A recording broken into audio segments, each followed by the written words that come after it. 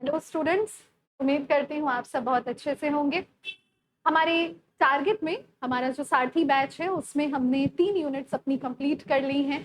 हर unit में लगभग 10 तक लेक्चर्स गए हैं और अब हम शुरू करने जा रहे हैं अपना यूनिट नंबर 4।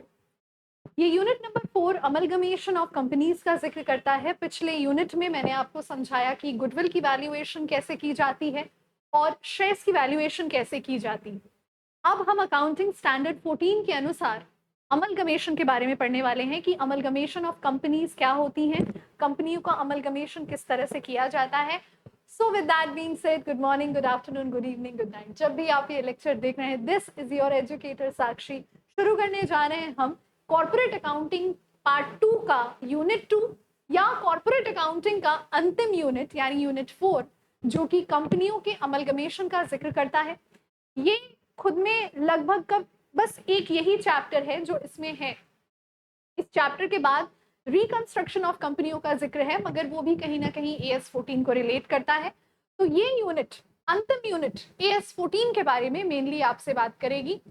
तो या with that being said, let's get started और अमलगमेशन ऑफ कंपनी को समझने शुरू करते हैं हम।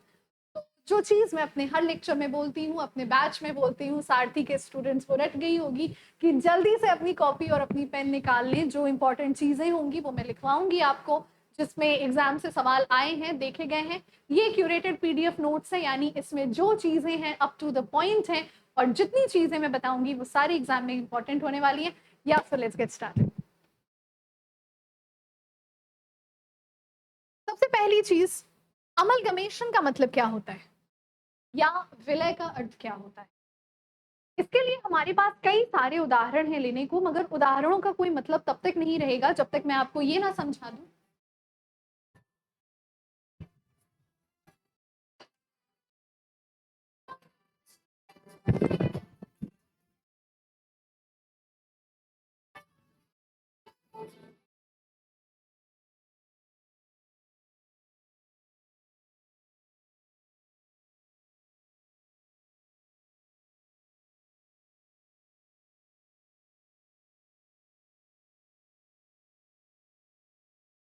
उदाहरणों का मतलब। Excuse me class, really sorry, it was an urgent call, I had to take it. उदाहरणों का मतलब तब तक नहीं रहेगा जब तक मैं आपको अमलगमेशन का अर्थ ना समझा दूं कि अमलगमेशन का मतलब क्या होता है या विलय का अर्थ क्या होता है। इसको समझने के लिए आपको समझना पड़ेगा कि संस्थाएं, जैसा कि मैंने बोला कि उदाहरणों का तब तक कोई मतलब नहीं रहेगा जब तक आप इसके मतलब को समझ नहीं लेते। तो इसके लिए अभी मैं फिलहाल जो आपके सामने PDF है, इसके ऊपर ना चल के मैं आपको एक बेसिक सा मतलब समझाने का प्रयास करती हूँ। यहाँ बहुत ध्यान से मेरी बात को सुनिएगा, तब आपको समझ में आएगा कि अमलगमेशन का दरअसल मतलब होता क्या है। देखिए, दो संस्थाएं थी आपके सामने, A लिमिटेड और B लिमिटेड। और मैं 3 चीजों का जिक्र यहाँ से आपसे करने वाली हूँ। पहली चीज है, यदि B लिमिटेड ने A लिमिटेड को खरीद लिया यानी परचेज कर लिया। दूसरा केस, अगर A लिमिटेड और B लिमिटेड खुद को डिसॉल्व करके C लिमिटेड बना ले, तो ये मर्जर का केस हो। मुख्य रूप से दो चीजों को यहाँ आपको समझना है। मैंने पहली चीज में आपको ये बोला कि B लिमिटेड ने A लिमिटेड को खरीद लिया, तो ये परचेज का केस हो गया। और A लिमिटेड और B लिमिटेड खत्म हो गए, डिसॉल्व हो गए और वो एक नई संस्था में वापस से इस्टेब्लिश हो गए C लिमिटेड में, तो ये मर्जर का केस हो गया। अब पहला वाला हमारे लिए ज्यादा इंपॉर्टेंट है क्योंकि इसमें सवाल ज्यादा देखे गए हैं, मगर इसका ये अर्थ नहीं है कि दूसरा हम नहीं पढ़ेंगे, सवाल दूसरे पर भी देखे गए हैं। मगर अगर पहले में मैं 4 अलग लेक्चर ले जाऊंगी तो मर्जर मेरे 2 लेक्चर्स में ही खत्म हो लेंगे। अगर एक संस्था, मेरे एग्जाम्पल में B लिमिटेड A लिमिटेड को खरीद रही है, तो जाहिर है ना, अगर हम भी दुकान पे जाते हैं किसी सामान को खरीदने, तो हमें एक रकम अदा करनी पड़ती है, एक प्राइस पे करनी पड़ती है। तो यदि B लिमिटेड A लिमिटेड को खरीद रहा है तो A लिमिटेड कुछ ना कुछ परचेज कंसीडरेशन लेगा। ये परचेज कंसीडरेशन को कैलकुलेट करने वाले सवाल अब तक काफी ज्यादा देखे जा चुके हैं। और परचेज कंसीडरेशन को कैलकुलेट कैसे करना है, मैं अभी जब आपको डेमो लूंगी, सॉरी, जब मैं आपको सारथी बैच में इलस्ट्रेशंस करवाऊंगी, तो उधर मैं आपको सिखाऊंगी कि परचेज कंसीडरेशन को किस प्रकार से डिसाइड किया जाता है। ए लिमिटेड और बी लिमिटेड दो संस्थाएं हैं। वो संस्था जो सामने वाली संस्था को खरीद रही है, यानी बी लिमिटेड जिस संस्था को खरीद रही है, उस संस्था के इक्विटी शेयर होल्डर्स को, उस संस्था के प्रेफरेंस शेयर होल्डर्स को, उस संस्था के डिबेंचर होल्डर्स को कोई ना कोई परचेज कंसीडरेशन पे करना पड़ता है। और इसका एक सबसे अहम जो पॉइंट होता है वो गुडविल कैसे आपको पता लगानी है, क्योंकि यदि किसी संस्था की नेटवर्थ 10 करोड़ है और आप उसको 13 करोड़ दे रहे हैं, तो मतलब 3 करोड़ की जो वो वैल्यू अधिक है वो उसकी गुडविल की वैल्यू है। ये 3 करोड़ तक हम कैसे पहुंचे, ये भी हमको AS14 सिखाता है।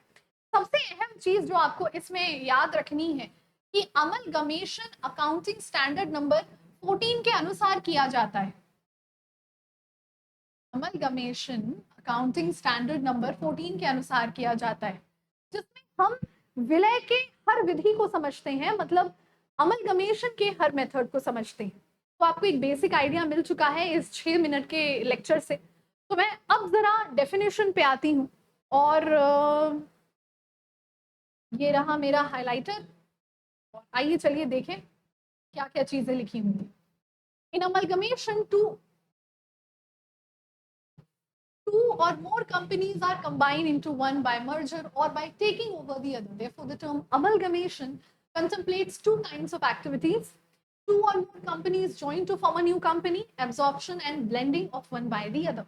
जैसा कि मैंने आपसे कहा, या तो एक संस्था दूसरे संस्था को खरीद रही होगी, या तो दोनों संस्थाएं समाप्त होकर एक नई संस्था बन रही होगी, तब ये अमलगमेशन कहलाता है। तो ये अच्छा, एग्जाम पॉइंट ऑफ व्यू से इसमें आपको क्या याद रखना है, एग्जाम पॉइंट ऑफ व्यू से आपको इसमें याद रखना है कि मुख्य रूप से, वैसे तो अमलगमेशन के कई प्रकार होते हैं और हर मेथड के अनुसार प्रकार वैरी करते हैं, पर मुख्य रूप से आपको दो चीजें पता होनी चाहिए। दो संस्थाओं का एक में कन्वर्ट हो जाना, या एक संस्था का दूसरे संस्था को खरीद लेना, ये अमलगमेशन के दो मुख्य प्रकार हैं जिनका जिक्र अकाउंटिंग स्टैंडर्ड 14 में किया गया है। आगे बढ़ते हैं हम। ये जैसा आई होप आपने अपनी कॉपी में इस एग्जाम्पल को बना लिया होगा, क्योंकि एग्जाम में जब आप आओगे, एग्जाम में जब आप बैठोगे, तो ये सबसे इंपॉर्टेंट होने वाला है। अच्छा, अगला देखेंगे, दिस अमलगमेशन इंक्लूड्स एब्जॉर्प्शन, यानी कि अमलगमेशन में एब्जॉर्प्शन की भी प्रक्रिया को इंक्लूड किया जाता है। ऑलराइट, क्या है इसका मतलब एब्जॉर्प्शन की प्रक्रिया? आपने स्पॉन्ज देखा है? स्पॉन्ज का फीचर क्या होता है? वो अपने अंदर लिक्विड को सोखने की क्षमता सबसे ज्यादा रखता है, काफी फास्ट वो लिक्विड को सोख लेता है, और फिर उसको जब आप वापस से स्क्वीज करें तो वो पूरा लिक्विड ड्रेन भी करके 5 से 10 मिनट में वो पूरा कंप्लीट ड्राई हो जाता है। इस वजह से जनरली दाग वगैरह छुड़ाने में, सफाइयों में उसका इस्तेमाल काफी ज्यादा किया जाता है। That is the absorbing power of the sponge which makes it perfect for these kind of activities. Absorb से ही absorption शब्द का होना आया। अब absorption का अगर हम आपसे जिक्र कर रहे हैं तो देखिएगा जरा, ए लिमिटेड जो है उसको बी लिमिटेड ने खरीद लिया, तो क्या अब ए लिमिटेड बी लिमिटेड का ही पार्ट नहीं हो गई? तो क्या ये नहीं कह सकती हूं मैं कि एक तरह से ए लिमिटेड पूर्ण रूप से समाप्त हो चुकी है और अब जो है वो बी लिमिटेड है जिसमें ए लिमिटेड भी समाहित है? एब्जॉर्प्शन यही तो होता है। एब्जॉर्प्शन में हम कह रहे हैं कि भाई वो संस्था पूर्ण रूप से समाप्त हो जा रही है और उसके बदले में एक नई संस्था आ रही है। The purpose of companies joining together is to secure various advantages such as economies of large scale production, avoiding competition, increasing efficiency, expansion. Competition को अगर हम ग्राउंड रियलिटी की बात करें, यहाँ पे मैंने 4 चीजें लिखी हैं और ये चारों ही चीज बहुत इंपॉर्टेंट है आपके लिए। जरा हम इसे वापस से अपनी नोट्स कॉपी में आ जाएंगे और लिखिएगा मेरे साथ। Major reasons for amalgamations, major reasons मतलब अमलगमेशन क्यों हो रहा है, तो सबसे मुख्य क्या क्या रीजंस हैं? सबसे पहला जो रीजन है अमलगमेशन हो रही है संस्था का, जो सबसे मेन होता है वो होता है अवॉइडिंग कंपटीशन। इसमें मैं अभी एक बहुत रेलिवेंट एग्जांपल लूंगी, तब आपको ये चीज काफी सेंस बनाएगी। तो कंपटीशन अवॉइड करना, एक पहली चीज ये होगी। दूसरी जो चीज है वो है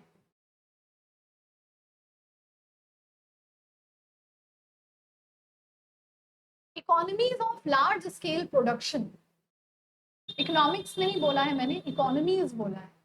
तो economies of large scale production चौथी चीज है इसमें, सॉरी तीसरी रहेगी ना, तीसरी नॉट चौथी। तीसरी जो चीज है वो है इंक्रीजिंग एफिशिएंसी, मतलब कुशलता में बढ़त देना, तो इंक्रीजिंग एफिशिएंसी। और चौथी और अंतिम चीज है यहाँ पे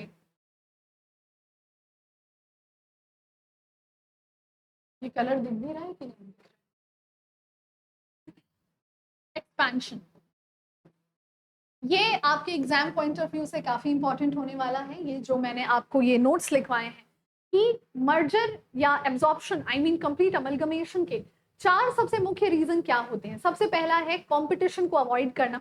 और जब मैं ये लिख रही थी उसके दौरान मैंने आपसे कहा था कि अभी मैं आपको एक ऐसा एग्जाम्पल दूंगी जिससे आपके बहुत अच्छे से समझ में आएगा, और वो एग्जाम्पल है आपके जियो का।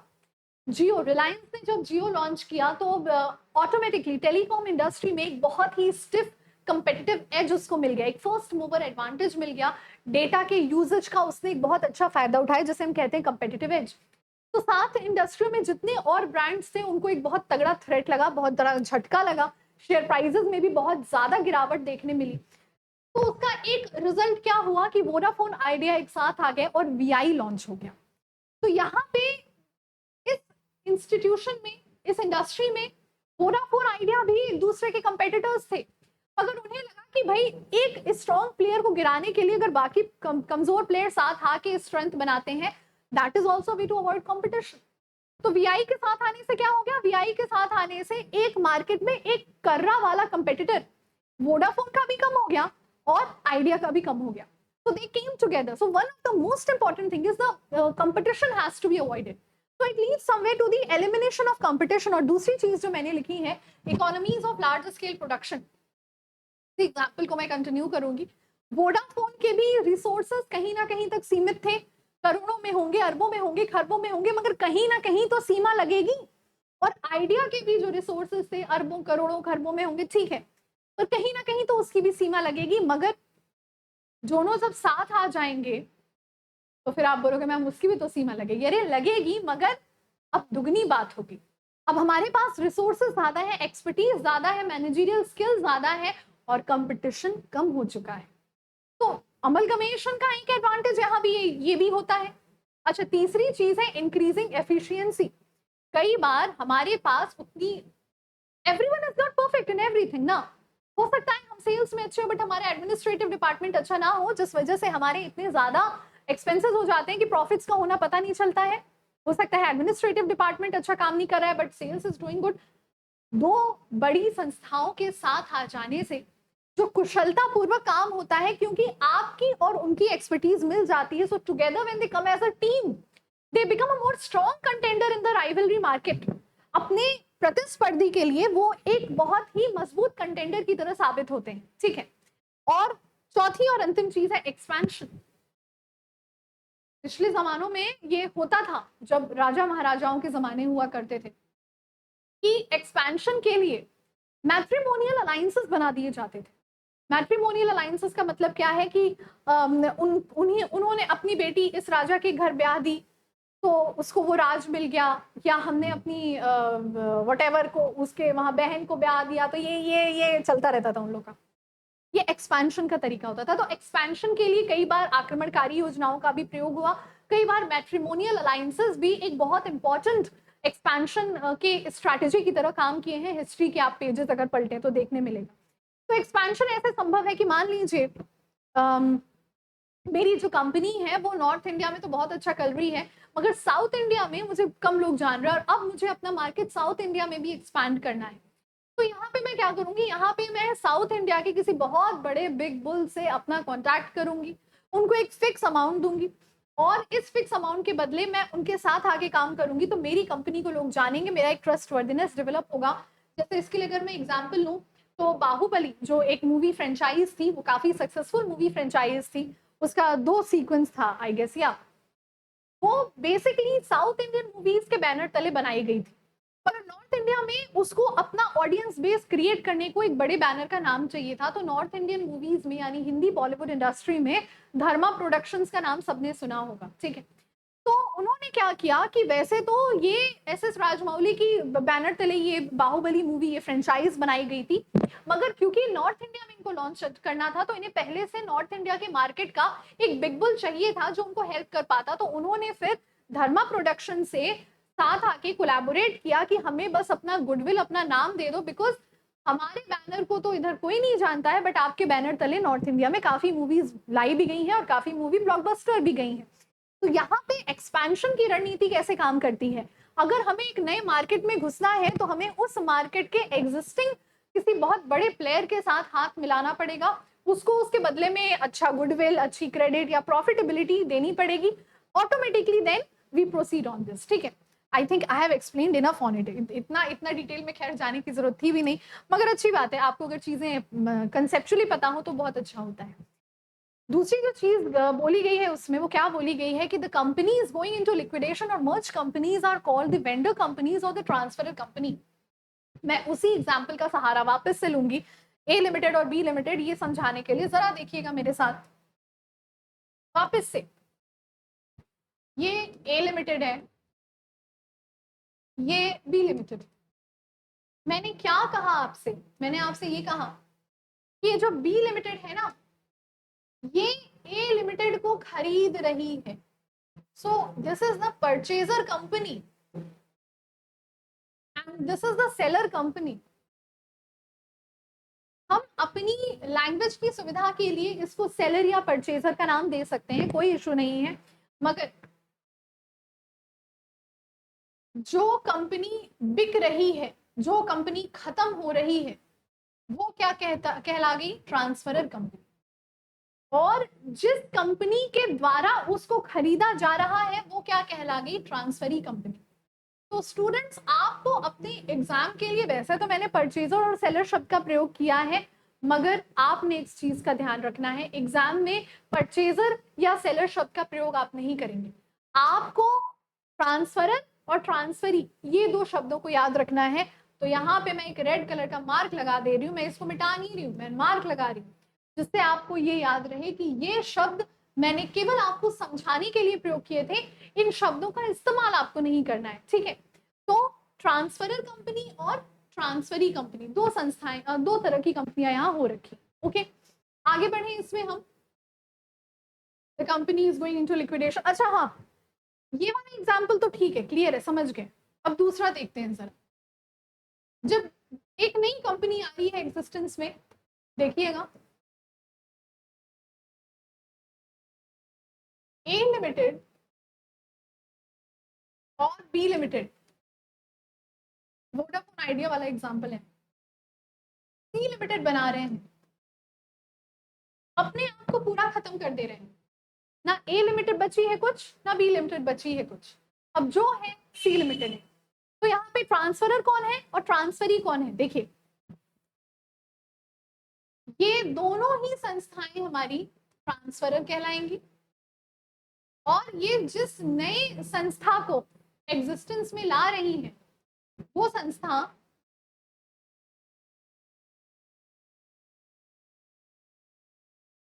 ट्रांसफरी कहलाएगी, ट्रांसफरर, ट्रांसफरी। दोनों ही सिनारियो मैंने आपको समझा दिए, अगर एक बिक रहा है दूसरा खरीद रहा है वो तब भी आसान था, मगर जब 2 एक साथ आ रहे हैं और एक नया क्रिएशन हो रहा है और वो पुराना एकदम से खत्म हो जा रहा है, तो जो खत्म हो रहे हैं संस्थाएं, जो संस्थाएं खत्म हो रही हैं वो ट्रांसफरर कहलाएंगी, और जो नई संस्था एग्जिस्टेंस में आ रही है वो ट्रांसफरी कहलाएगी। इसको मैंने इतना देर तक इसलिए समझाया क्योंकि इसमें से काफी बार सवाल देखे जा चुके हैं, तो बहुत जरूरी है कि आपको ये कंसेप्ट पता होना चाहिए। आगे बढ़ने से पहले कंसेप्ट में, अगर अभी तक आपने हमारा सारथी बैच नहीं लिया है, क्यों खिलवाड़ कर रहे हैं आप अपने ग्रेजुएशन और सीजीपीए के साथ। सारथी बैच में हर सब्जेक्ट के अपडेटेड लेक्चर्स पढ़ते हैं, आप अपने मेंटोर से, हमारी 3 मेंटोर्स की टीम है, कॉमर्स में एक्सपर्ट्स हैं जहां पे मैं हूं, जहाँ पे मैं हूँ, सिमरन मैम है और अमृत सर। हम लोगों का पूरा प्रयास रहता है कि हम अपने स्टूडेंट्स को 110% एक्यूरेसी के साथ अपने लेक्चर्स दें। आपको इसमें साथ ही साथ सिलेबस की कवरेज मिलती है, 100% सिलेबस कवरेज। और वो आप देख सकते हैं कि एग्जाम अभी आपका अभी कुछ दिन पहले ये बोला गया कि तीसरे सप्ताह से शुरू होगा, और यहाँ पे मैं यूनिट 4 का लेक्चर शुरू कर चुकी हूँ। 5 लेक्चर में यूनिट 4 खत्म है, यानी 1 शॉट रिविजन भी पढ़ने वाला है बैच के बच्चों के लिए, ढेर सारे एमसीक्यूज भी पढ़ने वाले हैं बैच के बच्चों के लिए। What are you all doing? Go and buy it. Mentorship और डीपीपीज, 24/7 डाउट सपोर्ट, और ये सब कुछ, ये सब कुछ, सारे सब्जेक्ट, सारे लेक्चर, सारे डीपीपी, सारे पीवाईक्यू, सारे 1 शॉट, सारे पीडीएफ नोट्स, केवल 600 में भी नहीं, 600 में भी 1 रुपए कम। Please don't waste your time.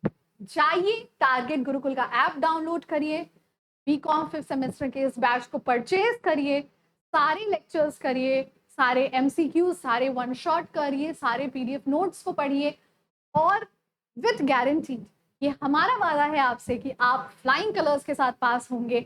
और इसलिए मैं आपका और मेरी टीम आपका इंतजार करेगी। छात्र छात्राएं सम्मान समारोह, जो स्टूडेंट्स का सम्मान समारोह होता है, आप ही जैसे बच्चे होते हैं जो टारगेट गुरुकुल के ऐप से पढ़कर इतना अच्छा नंबर लाते हैं, उन्हें मेडल से नवाजा जाता है। तो मैं और मेरी टीम लाइव सेशन में आपका इंतजार करेंगे, और मुझे उम्मीद है कि आप में से काफी सारे स्टूडेंट्स जुड़ेंगे मेरे साथ, और यूनिट 4 की आगे की जर्नी हम एक साथ पूरा करेंगे। सो या दैट्स इट, एंड आगे बढ़े स्कोर्स के साथ। चलिए, हाँ जी, तो ये अभी मैंने आपको समझाया। अब यहाँ पे एक्सटर्नल रिकंस्ट्रक्शन का जिक्र किया गया है। एक्सटर्नल रिकंस्ट्रक्शन के जिक्र से क्या मतलब है? Wherever an undertaking is being carried on by a company and is in substance transferred to an outsider, but not to another company consisting substantially of the same shareholders, with a view to being continued by the transferee company, that is external reconstruction. अब यहाँ पे अगला जो chapter हम पढ़ेंगे, अभी तो amalgamation ही चलेगा 6-7 लेक्चर तक, पर रिकंस्ट्रक्शन के भी प्रकार होते हैं। और रिकंस्ट्रक्शन होता है 2 तरह का। अच्छा, रिकंस्ट्रक्शन का अर्थ क्या होता है, उसमें आने से पहले मैं इस एक पैराग्राफ को क्लियर कर दूं कि यहाँ पे अमलगमेशन शब्द था चल रहा अभी तक, और अचानक से ये रिकंस्ट्रक्शन शब्द का जिक्र कहाँ से हो गया? कहाँ से हो गया भाई, कहाँ से हो गया? तो क्या लिखा गया यहाँ पे? एक्सटर्नल रिकंस्ट्रक्शन और इंटरनल रिकंस्ट्रक्शन। देखिए, एक्सटर्नल रिकंस्ट्रक्शन के बारे में जो अभी अभी मैंने पढ़ा, मैं एक बार और पढ़ती हूँ। कहा जा रहा है जब कोई कंपनी कोई काम कर रही होती है और उसे असल में किसी बाहरी व्यक्ति को नहीं बल्कि उसी शेयर होल्डर्स वाली दूसरी कंपनी को ट्रांसफर कर दिया जाता है ताकि ट्रांसफर लेने वाली कंपनी उस काम को जारी रख सके, तो इसे एक्सटर्नल रिकंस्ट्रक्शन कहते हैं। When an undertaking is being carried on by a company and is in substance transferred not to an outsider but to another company consisting substantially same shareholders, it is called external reconstruction. बहुत ही technical point है, इसको समझिएगा। देखिए, मैं आपको समझाने जा रही हूँ एक्सटर्नल रिकंस्ट्रक्शन। इंटरनल रिकंस्ट्रक्शन में कुछ टेंशन जैसा नहीं है। इंटरनल रिकंस्ट्रक्शन में केवल प्रॉफिट्स के परिमापों को हम कम करके दिखाते हैं, उसमें कोई टेंशन नहीं होती है। टेंशन वाला चीज जो होता है वो एक्सटर्नल रिकंस्ट्रक्शन होता है, समझिएगा। ए लिमिटेड और बी लिमिटेड, वापस से वही उदाहरण लूंगी मैं। ए लिमिटेड और बी लिमिटेड दोनों के शेयर होल्डर्स मुख्य रूप से एक ही थे। शॉर्ट शेयर होल्डर्स मान लीजिए अगर थे तो 50-55 एक थे, मतलब एक पर्सन था, 55 लोग थे जो ए के भी शेयर होल्डर थे और बी के भी शेयर होल्डर थे। तब ऐसे में जब ए लिमिटेड को बी लिमिटेड के द्वारा खरीदा जा रहा है तो ये एक्सटर्नल रिकंस्ट्रक्शन कहलाएगा। मतलब संस्थागत रूप में यदि आप देखें तो संस्थाएं जो है वो सेम काम कर रही हैं, संस्थाओं में जो शेयर होल्डर्स हैं वो लगभग एक ही हैं, then it is external reconstruction। यही चीज यहाँ बोली गई है। और ऐसे एक्सटर्नल रिकंस्ट्रक्शन, यहाँ पे मैं अपना हाइलाइटर उठा रही हूँ, बहुत इंपॉर्टेंट चीज है कि इसी प्रकार के जो एक्सटर्नल रिकंस्ट्रक्शन होते हैं वो हम अकाउंटिंग स्टैंडर्ड रूटीन में कवर करते हैं, अमलगमेशन में। यानी हमें एक बात यहाँ पे क्लियर कर दी कि हम यहाँ पे मर्जर पे उतना फोकस नहीं करेंगे। मतलब मर्जर मतलब अभी मैंने खैर लेक्चर के दौरान ये कहा भी था आपसे कि हमारा फोकस मर्जर पे उतना नहीं रहेगा कि ए लिमिटेड और बी लिमिटेड डिसॉल्व होकर सी लिमिटेड बन गए, जितना इस पे रहेगा कि बी लिमिटेड ने ए लिमिटेड को खरीद लिया और किस हिसाब से उसके शेयर होल्डर्स को वो परचेज कंसीडरेशन दी, उस पे हमारा फोकस ज्यादा रहेगा। ठीक है, चलिए ये मैंने आपके सामने एक टेबल रखा है, नहीं टेबल नहीं रखा है, मतलब एक फ्लोचार्ट वाला टेबल रखा है। इसमें 3 चीजों का जिक्र मैंने किया है और तीनों के बीच के डिफरेंस को समझना एग्जाम के लिए बहुत इंपॉर्टेंट है, क्योंकि अमलगमेशन पे भी सवाल पूछे गए हैं, एब्जॉर्प्शन पे भी सवाल पूछे गए हैं और एक्सटर्नल रिकंस्ट्रक्शन पर भी सवाल पूछे गए हैं। मुझे समझ में आ रहा है कि ये आपकी स्क्रीन पे थोड़ा छोटा दिख रहा होगा, मैं कोशिश करती हूँ कि इसको अगर मैं जूम कर पाऊँ, कुछ तो कर ले रही हूँ मैं।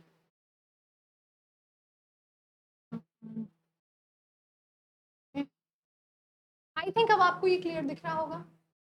हाँ जी, देखिए अमलगमेशन, एब्जॉर्प्शन, एक्सटर्नल रिकंस्ट्रक्शन, बहुत ध्यान से मैं आपके लिए एक बार पढ़ दे रही हूँ और पढ़ाने के बाद मैं आपको समझा भी रही हूँ, तो बहुत ध्यान से मेरी बात को सुनिएगा। अमलगमेशन जब 2 या 2 से ज्यादा संस्थाएं एक नई संस्था को बनाती हैं, जब 2 या 2 से ज्यादा संस्थाएं एक नई संस्था को बनाती हैं तो उसी को हम क्या कहते हैं, अमलगमेशन। एब्जॉर्प्शन में क्या होता है, एक एग्जिस्टिंग संस्था, एग्जिस्टिंग कंपनी एक एग्जिस्टिंग कंपनी को टेक ओवर कर रही है। मतलब वही जो मैंने बताया था, ए लिमिटेड है, उसने बी लिमिटेड को टेक ओवर कर लिया, तो एक एग्जिस्टिंग संस्था जब दूसरी एग्जिस्टिंग संस्था को टेक ओवर करती है। और तीसरी यहाँ पे एक्सटर्नल रिकंस्ट्रक्शन में एक newly form company take over the business of external existing company. 3 चीजें हुई, ध्यान से देखिए। अमलगमेशन में क्या हुआ, 2 या 2 से ज्यादा संस्थाएं आई और न्यू कंपनी यहाँ पे बनी है, मतलब A limited plus B limited equals to C limited. यहाँ B limited has purchased A limited और एक्सटर्नल रिकंस्ट्रक्शन में एक नई कंपनी बनाई गई। एक नई कंपनी का बनना यहाँ पे इंपॉर्टेंट है। मतलब यदि एग्जाम में आपसे पूछा जाए कि अमलगमेशन के कौन से मेथड में नई कंपनी का बनना आवश्यक हो रहा है, मतलब नई कंपनी बना रहे हैं एग्जिस्टिंग कंपनी के बिजनेस को टेकअप करने के लिए, तो आपका आंसर क्या रहेगा, एक्सटर्नल रिकंस्ट्रक्शन रहेगा।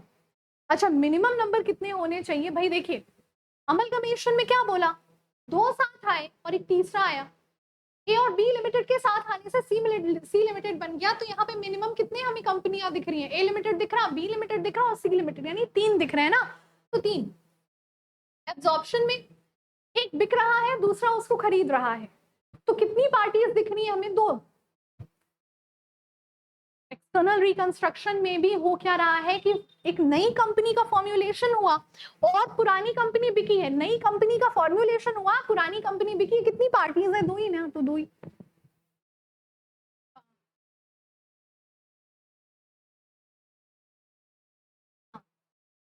एक सेकेंड स्टूडेंट्स, एक्सक्यूज मी।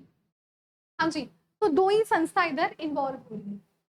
आगे बढ़ते हैं हम, number of new resultant companies. मुझे यहाँ पे इरेज करना पड़ेगा बिकॉज ये स्लाइड हिल जाने से ये जो मार्कर्स मैंने लगाए थे ये गलत जगह दिख रहे हैं।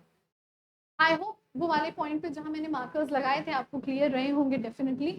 ठीक है, अभी देखो नंबर ऑफ न्यू, कितनी कितनी कंपनियां एग्जिस्टेंस में आ रही हैं। इससे पहले जो पॉइंट था उसमें था कि कितनी कंपनियों का इन्वॉल्वमेंट रहा है, अब कह रहा है कि कितनी कंपनियां एग्जिस्टेंस में आ रही है। यहाँ पे केवल एक नई कंपनी एग्जिस्टेंस में आ रही है, यहाँ पे कोई कंपनी एग्जिस्टेंस में नहीं आ रही है। क्यों आएगी कोई कंपनी, क्यों आएगी कोई कंपनी, खुद ही सोचो ना, बी लिमिटेड ने ए लिमिटेड को खरीद लिया, एक कंपनी तो खत्म हो गई पर कोई नई कंपनी नहीं आई, क्योंकि जो असेट्स जो लाइबिलिटीज ए लिमिटेड के थे कि वो अब किसके हो चुके हैं, बी लिमिटेड के हो चुके हैं।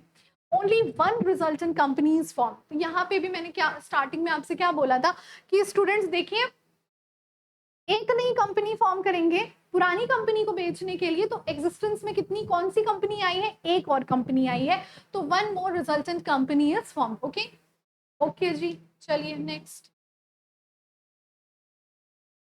मैं अगेन मार्कर्स हटा रही हूँ बिकॉज मार्कर्स क्या हो रहे हैं ना, वो उसी जगह पे रह रहे हैं और पीडीएफ स्लाइड हो रहा है, तो मार्कर्स इसलिए मैं हटा दे रही हूँ आपको समझाने के बाद। अच्छा, objective, okay, so there is only one more point left. Objective is to cut the competition and reap in the economies of sale, यानी पे हम यहाँ पे हम वीआई का एग्जांपल लिख सकते हैं कि कंपटीशन हमको कम करना है, सेल बढ़ाना है, तो यहाँ पे आपके वीआई का एग्जांपल चलेगा।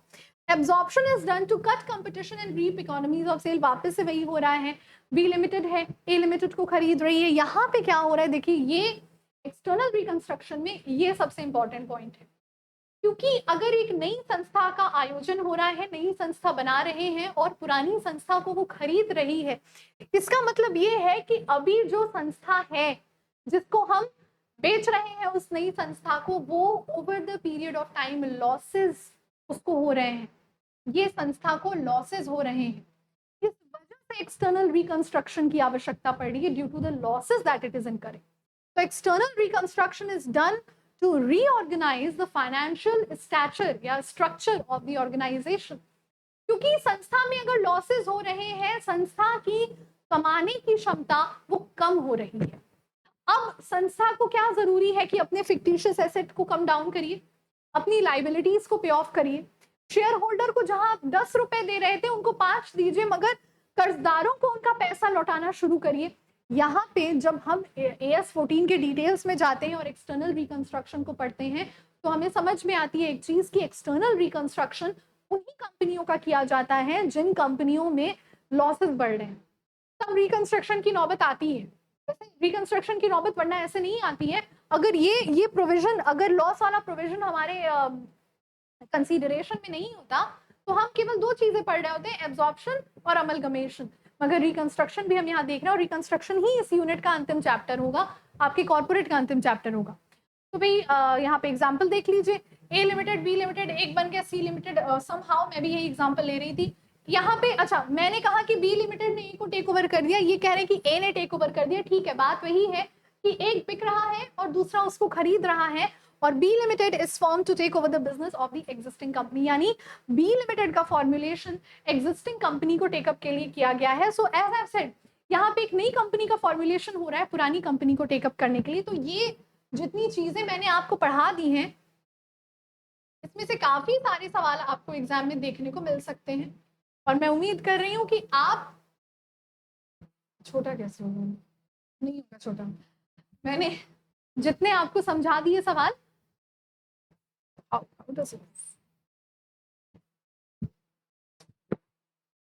द प्रॉब्लम विथ मी, अभी भी इस बोर्ड की टेक्निकलिटीज में थोड़ा थोड़ा ऑपरेट नहीं कर पाती हूँ, सीख रही हूँ, ठीक है।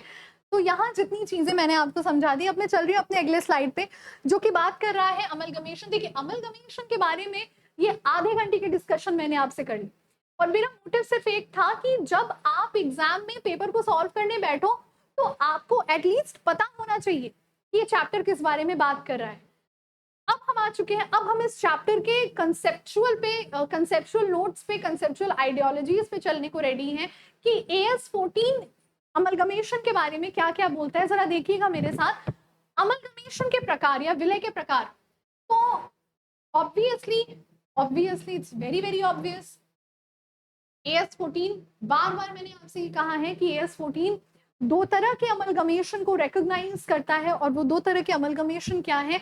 सबसे पहला है मर्जर के फॉर्म में, जैसे हिंदी में हम कहते हैं मर्जर, हिंदी में भी मर्जर ही लिखा है तो मर्जर ही, लेकिन हिंदी में उसको मर्जर नहीं कहते हैं, हिंदी में उसको विलय कहते हैं, मगर मर्जर हमें याद रखना है क्योंकि हमें एग्जाम में जो शब्द ज्यादा देखने मिलेगा दैट विल बी मर्जर। तो देखिए जरा क्या लिखा है, amalgamation in the nature of merger. तो ये एक ऐसा अमलगमेशन है जहां पे जेन्युइन पूलिंग, एक बार मैं इसको आपके लिए इंग्लिश में पढ़ रही हूँ फिर मैं आपको समझाऊंगी, तो निश्चिंत रहिएगा। Is an amalgamation there is a genuine pooling not merely by assets and liabilities of the transferor and transferee company but also of the shareholders interest and of the businesses of the company. The accounting treatment of such amalgamation should ensure resultant figures of the assets, liabilities, capital and reserves more or less represent the sum of the prospective figures of the transferor and the transferee company. Ma'am क्या बोल जाती हैं आप, खुद ही बोलती हैं, खुद ही समझती हैं, समझा रही, सुनिए मेरी बात। देखिए, अमलगमेशन अगर मर्जर के मेथड में हो रहा है, मर्जर के नेचर में हो रहा है, तो यानी कि 2 कंपनियां साथ आ रही हैं, एक नई कंपनी बन रही है। यहाँ पे पूलिंग वर्ड का यूज किया गया है, आई थिंक मैंने पूलिंग शब्द पढ़ा था, हाँ जी। इसका मतलब क्या है? पूल का मतलब क्या होता है? स्विमिंग पूल का मतलब क्या होता है? जहाँ पे स्विमिंग करने के लिए पानी दिया है और आप उसमें छपाक कूद जाते हैं। यहाँ पे क्या हम एक पूल में अपनी सारी एसेट्स और लाइबिलिटीज डाल देनी? नहीं, वो नहीं कह रहा है। यहाँ पे कह रहे हैं ए लिमिटेड और बी लिमिटेड साथ आके सी लिमिटेड का एक स्टैचर ला रहे हैं, एक एस्टैब्लिशमेंट ला रहे हैं, तो दोनों कंपनियां एक कम हो गई ना, दो संस्थाएं एक हो गई। तो जब दो संस्थाएं हमारी एक हो गई हैं, ए लिमिटेड और बी लिमिटेड, तो यानी ए लिमिटेड के असेट्स और बी लिमिटेड के असेट्स, ए लिमिटेड की लाइबिलिटीज और बी लिमिटेड की लाइबिलिटीज, वो सारी एक हो जाते हैं। मतलब सी लिमिटेड में जो असेट्स और लाइबिलिटीज होंगे दे विल बी मोर और लेस द सेम। इसको एक बार बोर्ड पे मेरे साथ देखिए, समझ में आएगा आपको। ए लिमिटेड है मान लीजिए, और उसके टोटल एसेट्स हैं 10 लाख, तो जाहिर है लाइबिलिटी भी कितना रहेगा? 10 लाख। बैलेंस शीट है ना, तो assets and liabilities both will be same. ठीक उसी तरह बी लिमिटेड के एसेट्स मान लीजिए 15 लाख और लाइबिलिटीज 15 लाख, तो रिजल्टेंट कंपनी हमारी कौन सी बनी? C limited. अब इसके असेट प्लस इसके असेट यानी 25 लाख ये और 25 लाख ये,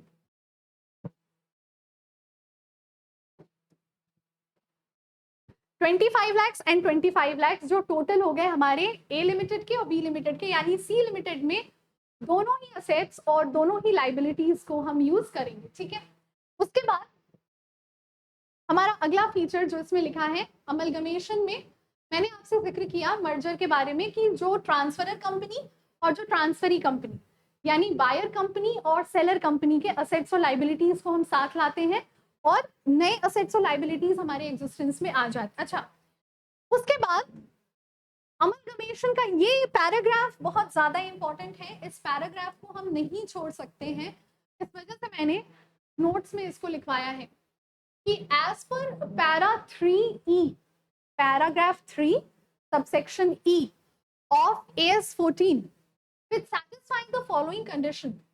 अगर हम मर्जर के बारे में बात करें, ये बहुत बहुत बहुत बहुत ज्यादा इंपॉर्टेंट है एग्जाम पॉइंट ऑफ व्यू से, प्लीज एक एक पॉइंट को यहाँ समझते चलिएगा। देखिएगा, अमलगमेशन अगर मर्जर के नेचर में होने वाला है तो पैराग्राफ 3E इंपॉर्टेंट है, जो क्या कहता है मर्जर के नेचर में अगर अमलगमेशन को करना है तो दी गई ये कंडीशन सेटिस्फाई होनी चाहिए। पहला कंडीशन है कि जो भी असेट्स हैं ट्रांसफर कंपनियों के, अभी अभी मैंने आपको बताया 15 लाख उसके असेट्स थे, 10 लाख उसके असेट थे, तो ट्रांसफर कंपनियों के जो असेट्स है ना वो सारे ट्रांसफरी कंपनी के बन जाएंगे। Okay, so the assets and liabilities of the transferor company become after amalgamation becomes the assets and एक second, becomes the assets and अरे यार एक और second, become become the assets and liabilities of the transferee company। मतलब transfer company के जो भी assets और लाइबिलिटीज थे वो अब किसके असेट्स एंड लाइबिलिटी बन चुके हैं? सी लिमिटेड के। दूसरी कंडीशन कहती है कि share holders holding not less than 90% of the face value, जो शेयर होल्डर्स हैं जिनकी टोटल शेयर होल्डर्स का जिक्र कर रहे हैं हमसे, तो share holders holding not less than 90% of the face value of the equity shares of the transferor company, transferor company become equity shareholders of the transferee company by virtue of amalgamation। अच्छा, virtue शब्द बोलने का क्या अर्थ है यहाँ पे? अगर हमसे कहा जा रहा है कि जितने हमारे शेयर होल्डर्स थे ट्रांसफरर कंपनी के, उनमें से कम 90% की शेयर वैल्यू जिनके ओनरशिप में है, जिनके मालिकाना अधिकार में है, उतने कम से कम नई कंपनी के शेयर होल्डर्स बन जाने चाहिए बाय वर्च्यू ऑफ अमलगमेशन, यानी कि अमलगमेशन के रिजल्ट के तौर पे। ठीक है, क्या बताना चाह रही हूं मैं? मुझे लग रहा है ये आपको पॉइंट अभी तक क्लियर नहीं हुआ। देखिएगा मेरे साथ, ए लिमिटेड के 1 लाख शेयर होल्डर थे, बी लिमिटेड के भी 1 लाख शेयर होल्डर थे।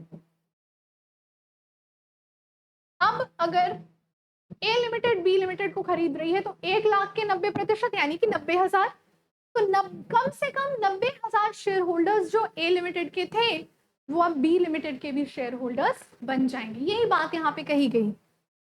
अच्छा, तीसरी कंडीशन है the consideration for the amalgamation receivable by those equity shareholders of the transferor company who agree to become equity shareholders of the transferee company is discharged by the transferee company wholly by the issue of equity shares in the transferee company except that cash may be paid in respect of fractional। Simple सी बात कही गई है यहाँ पे कि वो equity share holders जो अब तक ट्रांसफरर यानी सेलर कंपनी के थे वो अब ट्रांसफरी कंपनी के इक्विटी शेयर होल्डर हो जाएंगे। उनको किसी प्रकार का बायबैक का सामना नहीं करना पड़ेगा, किसी प्रकार के लॉसेस का सामना नहीं करना पड़ेगा। यही चीज यहाँ पे लिखी गई है। और एक छोटी सी चीज की कैश जो है वो फ्रैक्शनल शेयर्स में उनको पे कर दी जाएगी। ठीक है। The business of the transferor company is intended to be carried on even after the amalgamation by the transferee company. Simple सी बात है ना, ए लिमिटेड और बी लिमिटेड डिसॉल्व होके एक सी लिमिटेड में बन गए। क्या ए लिमिटेड ने अपना बिजनेस करना छोड़ा? The answer is no. क्या बी लिमिटेड ने अपना बिजनेस करना छोड़ा? Again the answer is no. वो बस एक नई संस्था बन गए, दोनों दो थे अब एक हो गए। तो यानी ए लिमिटेड बी लिमिटेड था, अब now they are C limited. Business तो अभी भी कर रहे हैं ना, बिजनेस तो वही कर रहे हैं जो बिजनेस चल रहा था, बस उतनी सी बात है। And no adjustment is intended to be made to the book values of the assets and liabilities of the transferor company when they are incorporated in the financial statements of the transferee company except to ensure uniformity of the accounting policies। यानी ए limited के assets और liabilities of C limited में लिखेंगे दिखेंगे, B limited के assets और liabilities of C limited में दिखेंगे, मगर उनके बुक वैल्यू में अगर जरूरत नहीं है तो किसी भी प्रकार के बदलाव के प्रावधानों को नहीं निहित किया जाएगा। मतलब बैलेंस शीट वही रिफ्लेक्ट करेंगे जो पोजीशन उनकी है। So this is what it is written. एक और इंपॉर्टेंट चीज, एक बहुत ज्यादा इंपॉर्टेंट चीज कहा गया है, अगर चारों कंडीशन में से दी गई कंडीशन में से एक भी या एक से ज्यादा भी कंडीशन सेटिस्फाई नहीं हुआ तो ये अमलगमेशन परचेज के नेचर का कहलाएगा, ना कि मर्जर का। वापस से सुनिएगा, मर्जर के लिए आपको 4 कंडीशंस दी गई हैं और इन चारों कंडीशन या अगर तो चारों सेटिस्फाई हो गई तो ये मर्जर है, पर अगर 4 में से एक भी सेटिस्फाई कम हो रही है, यानी एक ही सेटिस्फाई हुई या 2 हुई या 3 हुई, मतलब चारों नहीं हुई, तो ये मर्जर ना होके परचेज हो जाएगा। जल्दी से अपनी नोटबुक निकालिए और इस चीज को मैं आपके लिए और आसान बना दूं। तो 4 कंडीशंस फॉर मर्जर। पहला क्या बोला था मैंने? पहला मैंने कहा था असेट और लाइबिलिटी नई कंपनी की हो गई, ठीक है, दोनों कंपनी का खत्म हो गया। दूसरा क्या बोला था मैंने? हाँ, 90% फेस वैल्यू वाले इक्विटी शेयर होल्डर्स नए कंपनी के हो गए। जो लोग नई कंपनी के नहीं हुए उनको परचेज कंसीडरेशन दिया गया। किसके द्वारा? नई कंपनी जो आ रही है, मेरे एग्जांपल में सी लिमिटेड, यानी आपकी ट्रांसफरी कंपनी के द्वारा।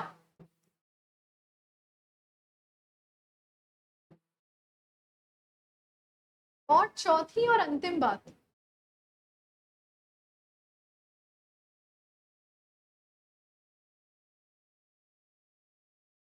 no change in book value of assets and liabilities of the old company। पुरानी कंपनियों के assets और liabilities में किसी प्रकार का कोई चेंज नहीं है। तो आज के लिए यूनिट 3 का यूनिट 4 का जो आपका पहला लेक्चर है, आज हम इसको यही खत्म करते हैं। वापस से मिलूंगी मैं और मेरी टीम, we will wait for you in the Sarathi batch. तो जुड़े रहिए हमारे साथ and do take very good care of yourselves. Good bye.